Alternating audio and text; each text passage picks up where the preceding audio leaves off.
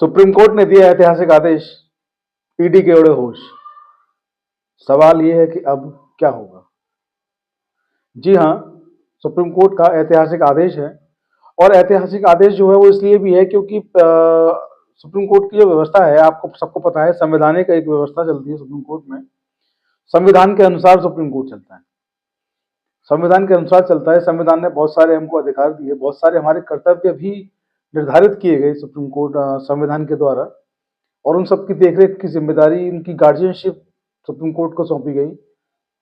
कर्तव्य जो हमारे हैं वो हम फॉलो कर रहे हैं नहीं कर रहे हैं ये भी सुप्रीम कोर्ट देखता है, और जो हमारे अधिकार हैं उनका वायलेशन, उनका अतिक्रमण तो नहीं हो रहा, ये भी सुप्रीम कोर्ट देखता है। तो देखिए, मसला सीधा सा है कि सुप्रीम कोर्ट का जो आदेश है बहुत ऐतिहासिक है, और हालांकि पर्टिकुलर एक केस में इसको आदेश को जारी किया गया, लेकिन इसका आने वाले समय में बहुत बड़ा महत्व आपको देखने को मिलेगा। पूरे देश को इसका लाभ होने की संभावना है। जैसा कि आप लोगों को पता है कि आजकल जो है हॉट, अगर टॉपिक की बात करें तो पश्चिम बंगाल हॉट टॉपिक बना हुआ है। ममता दीदी यानी कि ममता बनर्जी, सीएम वेस्ट बंगाल, आप सबको पता है उनका कार्यकाल, ईडी, संदेश खाली की घटना भी मैं बार बार आपको लोगों को याद दिलाता हूं कि संदेश खाली में क्या हुआ था ईडी के साथ और किस तरीके के हालातों का सामना उनको करना पड़ा था। वर्तमान में भी एसआईआर की प्रक्रिया चल रही है, और एसआईआर की प्रक्रिया में आप देखते हैं कि उनके साथ में किस किस तरीके की चीजें वहां पर होती हैं। ईडी के साथ में तमाम तरह के आरोप प्रत्यारोप जो है बंगाल सरकार के ऊपर लगते रहते हैं। कभी वो केंद्र की सरकार पर आरोप लगाती हैं, कभी केंद्र की सरकार उन पर आरोप लगाती है, और कभी ईडी और कभी सीबीआई जो है पश्चिम बंगाल, तमाम चीजें चलती रहती हैं। पिछले दिनों आप लोगों को याद होगा कि ईडी के ऊपर पश्चिम बंगाल में एफआईआर हुई। उस एफआईआर को लेकर के ईडी तमाम कोर्ट्स में गई, जो ऊपर की न्यायालय थे, आप सबको पहले वीडियो के जरिए बता चुके हैं। तो वहां पर ईडी ने यह भी कहा कि आपको लगता है कि अगर हम गलत कुछ कर रहे हैं तो आप सीबीआई से जांच करवा लीजिए। खैर, अलग बात है। पश्चिम बंगाल में ईडी ने आईपैक संस्था पर छापा मारा, वहां से जब जो भी उन्होंने सामान जब्त किया, हालांकि वो कहते रहे कुछ भी जब्त ऐसा नहीं हुआ है, पीएमएलए के तहत पूरी कार्रवाई थी। ममता बनर्जी का कहना रहा कि पूरी की पूरी कार्रवाई जो है चुनाव को लेकर है, जो अप्रैल माह में 2026 में पश्चिम बंगाल में होना है। पूरी की पूरी कार्रवाई जो है इसलिए हो रही है क्योंकि भाजपा जो है किसी भी कीमत पर पश्चिम बंगाल को जीतना चाहती है। तो आरोप प्रत्यारोप चलते रहेंगे। इन सब के बीच में जो उनके ऊपर एफआईआर हुई थी 16 तारीख को, उस एफआईआर को सुप्रीम कोर्ट से रोक दिया गया। आप सबको खबर वो मिल चुकी होगी। सुप्रीम कोर्ट ने उस एफआईआर पर रोक लगा दी फिलहाल। लेकिन इस सब के साथ में सुप्रीम कोर्ट ने एक बहुत अच्छा आदेश भी जारी किया। कई बार ये होता है, और ममता बनर्जी के केस में अगर हम कहें तो देखिए, मैं ज्यादा पीछे नहीं ले जाऊंगा आपको। ये लल्लन टॉप से मैं आपको पढ़ के सुना रहा हूं। यहाँ पे लिखा है कि ममता के खिलाफ सुप्रीम कोर्ट पहुंची ईडी, 3 अधिकारियों ने याचिका लगाई। आईपैक रेड रॉ, ईडी का आरोप की सीएम डीजीपी पुलिस कमिश्नर ने 8 जनवरी 2026 को ईडी की कानूनी कार्यवाही में बाधा डाली। एक बात बताइए, कोई चीज अगर कहीं होती है तो उसके लिए जो पर्टिकुलर जो जगह होती है, किसी जिले में कोई घटना होती है तो उसके लिए जिला न्यायालय होता है। अगर घटना बड़ी है और हाईकोर्ट का क्षेत्राधिकार वहां पर लागू होता है, जुरिडिक्शन जिसको बोलते हैं, तो मामला हाईकोर्ट भी जा सकता है। तो जो मामला हाईकोर्ट जा सकता है उस मामले में सीधे के सीधे आप सुप्रीम कोर्ट चले जाते हैं। कई बार सुप्रीम कोर्ट चले जाते हैं। सुप्रीम कोर्ट का समय बहुत कीमती होता है, उनको पूरा देश देखना होता है, पूरे देश के जरूरी मुद्दे उनको निपटाने होते हैं। ऐसे में जो मामले हाईकोर्ट में सुलझ सकते हैं उस मामलों को लेकर सुप्रीम कोर्ट लोग चले जाते हैं। कई बार पार्टियां चली जाती हैं, कई बार सरकारी संस्थाएं चली जाती हैं। तो ऐसे में सुप्रीम कोर्ट का जो कीमती समय है वो खराब होता है। इसीलिए हाईकोर्ट की व्यवस्था है, संवैधानिक व्यवस्था भी हाईकोर्ट की है। हाईकोर्ट को भी तमाम पावर्स दिए गए हैं, वो भी इस मामलों को सुलझा सकते हैं, लेकिन फिर भी लोग सुप्रीम कोर्ट का रुख करते हैं। सुप्रीम कोर्ट ने इस बात पर भी कड़ी नाराजगी जताई है, आगे आपको बताएंगे। तो इस मामले में जब सुप्रीम कोर्ट ईडी पहुंची, ईडी के वकील जो हैं वहां पर उन्होंने जब बहस करना शुरू किया, तो सबसे पहला जो उनका जो विरोध हुआ, सुप्रीम कोर्ट के सीनियर एडवोकेट्स जो हैं, कपिल सिब्बल साहब हैं और भी तमाम एडवोकेट हैं, उन्होंने उनका इस बात को लेकर विरोध किया कि ईडी जो है वो सुप्रीम कोर्ट जो आई है सरकार के खिलाफ, वो कैसे आ सकती है, उसका राइट नहीं बनता। क्योंकि ईडी का जो राइट बनता है, उनको लगता है उनके साथ में कुछ भी गलत हुआ है, जैसा कि यहाँ पर लिखा हुआ है कि सीएम, डीजीपी और पुलिस कमिश्नर ने 8 जनवरी 2026 को ईडी की कानूनी कार्यवाही में बाधा डाली है। तो अगर ऐसा कोई आरोप है तो आप हाई कोर्ट जा सकते हैं, हाई कोर्ट एंटाइटल्ड है सुनने के लिए। हाई कोर्ट कोई भी आदेश इस पर जारी कर सकता है, इसको लेकर के सीधे आपको सुप्रीम कोर्ट में आने की क्या आवश्यकता है। मैं आपको बता दूं, ईडी इस मामले में आर्टिकल 32 अनुच्छेद 32 के तहत सुप्रीम कोर्ट पहुंची और सुप्रीम कोर्ट में जाकर के उन्होंने याचिका दाखिल की। सबसे पहले जानना जरूरी होगा कि आर्टिकल 32 यानी कि अनुच्छेद 32 जो है वो भारतीय संविधान का वो क्या है। भारतीय संविधान ने अनुच्छेद 32 में ऐसी व्यवस्था की है कि कोई भी व्यक्ति, संस्था यहाँ पर इस्तेमाल नहीं हुआ शब्द, ईडी कैसे पहुंची ये अलग बात है।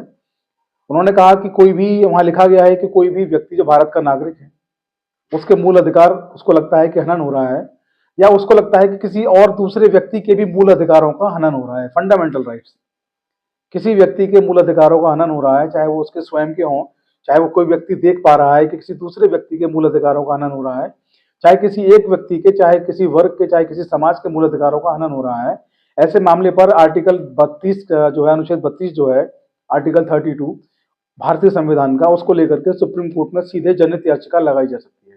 सीधे सुप्रीम कोर्ट में राहत की मांग की जा सकती है, PIL लगाई जा सकती है, आर्टिकल 32 जो कहता है।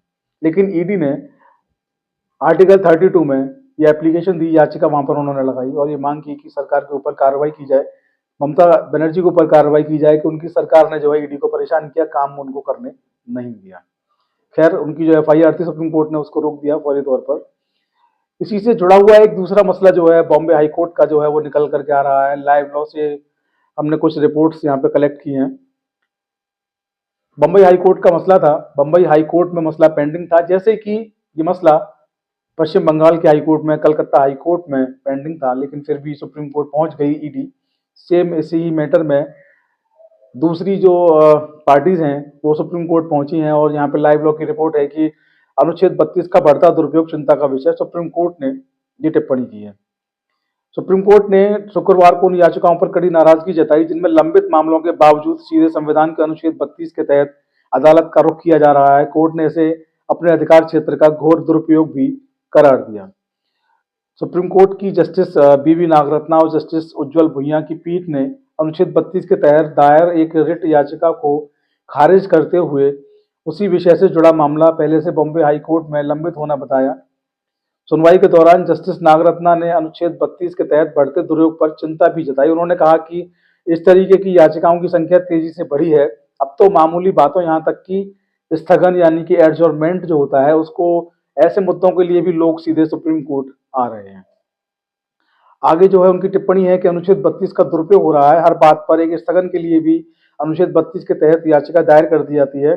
उन्होंने कहा कि दिल्ली के आसपास के लोग अनुच्छेद 32 की जो याचिकाएं हैं, आर्टिकल 32 की जो याचिकाएं हैं वो दायर कर रहे हैं। यह क्या है? ये दुरुपयोग है, ये एक मिसयूज है, ऐसा नहीं होना चाहिए। सुप्रीम कोर्ट की सीनियर जस्टिस हैं वो इस बात को कह रही हैं। जस्टिस भुइयां जो हैं, उज्जवल भुइयां, वो कहते हैं इस पर कि अनुच्छेद 32 नागरिकों के लिए है।